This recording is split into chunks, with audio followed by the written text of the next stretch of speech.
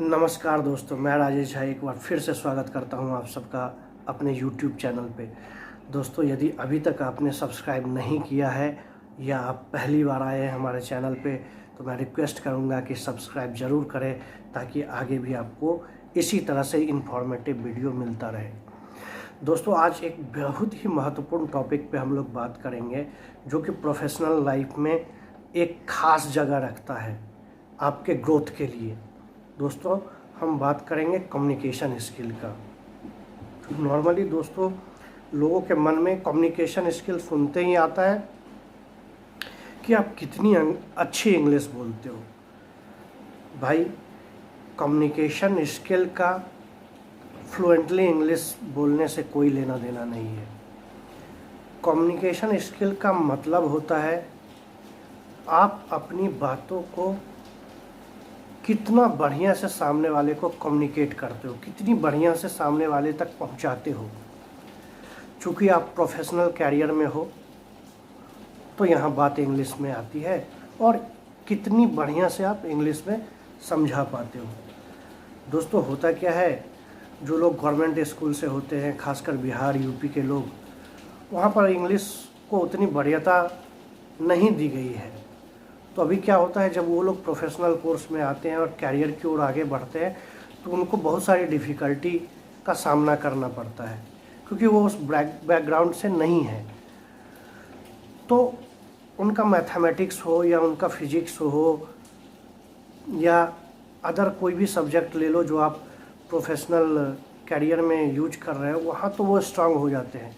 लेकिन अपनी बात को वो सामने वाले तक पहुँचाएंगे, सामने वाले को रखेंगे, वहाँ पर वो कमज़ोर पड़ जाते हैं। जिसकी वजह से होता क्या है कि वो सबको जानते हुए भी डिलीवर नहीं कर पाते या सामने वाले को समझा नहीं पाते हैं।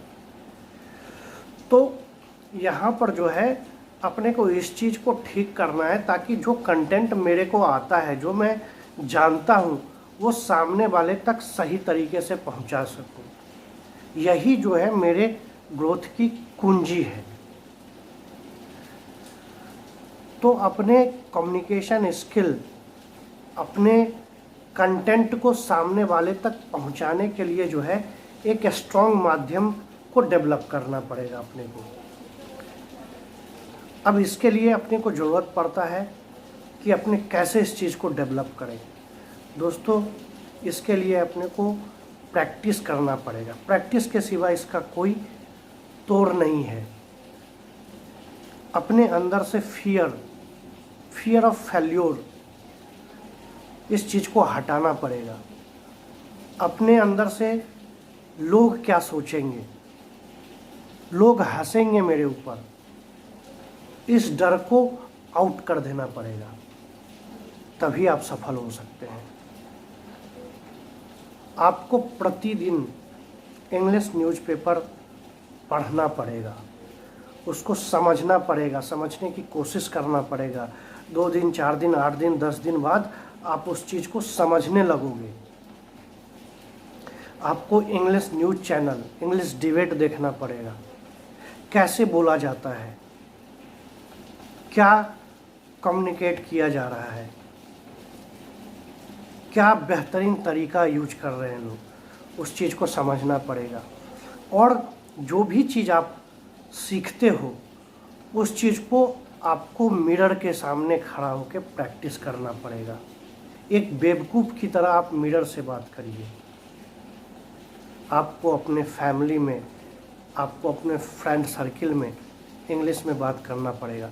लोग आपको बेवकूफ़ समझेंगे, समझने दो, आपको कोई फ़र्क नहीं पड़ता है, क्योंकि कल जब आपको ज़रूरत पड़ेगी तो ये लोग आपके साथ नहीं होंगे, तब आप अकेले पड़ जाओगे, तो कौन सपोर्ट करेगा आपका।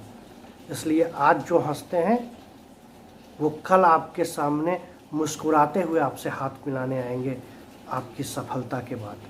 और यदि आज उनके हंसने पे आप रुक जाओगे तो उनकी हंसी जीवन भर आपके साथ चलती रहेगी। दोस्तों, जब बच्चा जन्म लेता है ना, तो वो कोई लैंग्वेज नहीं जानता है, ना हिंदी, ना इंग्लिश, ना उर्दू, ना फारसी, कुछ नहीं जानता है। फिर भी वो माँ बोलता है, पता है क्यों? क्योंकि हम लोग बच्चों को बात करते समय बार बार इस वर्ड को पिच करते हैं, माँ माँ माँ। तो ये जो है ये एक कम्युनिकेशन बच्चे तक पहुंचता है एक्सप्रेशन के थ्रू, जिसको बच्चा कैच कर लेता है और वो सेंटेंस, उस शब्द को वो बोलना शुरू कर देता है। आप ताकत समझिए, एक बच्चा एक्सप्रेशन को समझ के उस शब्द को कैच कर लेता है और वो धीरे धीरे बोलना सीख जाता है। वही हमारे आपके अंदर भी है। हम भी न्यूज़ देख रहे हैं, यदि डायरेक्ट इंग्लिश में नहीं समझ रहे हैं कोई असुविधा नहीं है, धीरे धीरे धीरे धीरे धीरे धीरे हमें भी वो समझ में आने लगेगा। यही चीज़ आगे आपको जाके क्लासेस में काम आएगा, इंटरव्यू में काम आएगा, आपके प्रोफेशन में काम आएगा। क्योंकि 80 to 90% जो है ऑर्गेनाइजेशन में आपको सारा कुछ इंग्लिश में ही करना पड़ेगा, सब कुछ इंग्लिश में ही आपको डील करना पड़ेगा। आप यदि बड़े ओहदे पे जाते हो, ट्रेनिंग एंड डेवलपमेंट करते हो, आप जो है प्रेजेंटेशन देते हो, everything will be in English only. At that time you will face a huge challenge. तो तैयारी आज से करना पड़ेगा, और आज से यदि आप करते हैं, slowly you will become accustomed with that, and then it will become very easy for you to make people understand. तो शुरुआत आज से करिए। गलतियां हैं तो गलतियां होगी, लेकिन जो गलती करता है वही सीख कर आगे बढ़ता है। सीखने की भूख को मत छोड़ो, और अपने जीवन से लोग हंसेंगे इस चीज़ को हटा दो। लोग क्या सोचेंगे काट कर फेंक दो इस वर्ड को। आपको सफल होने से कोई नहीं रोक सकता। ये चैलेंज है मेरा। दोस्तों, वीडियो पसंद आया तो लाइक और कमेंट ज़रूर करिएगा। जय हिंद, जय भारत।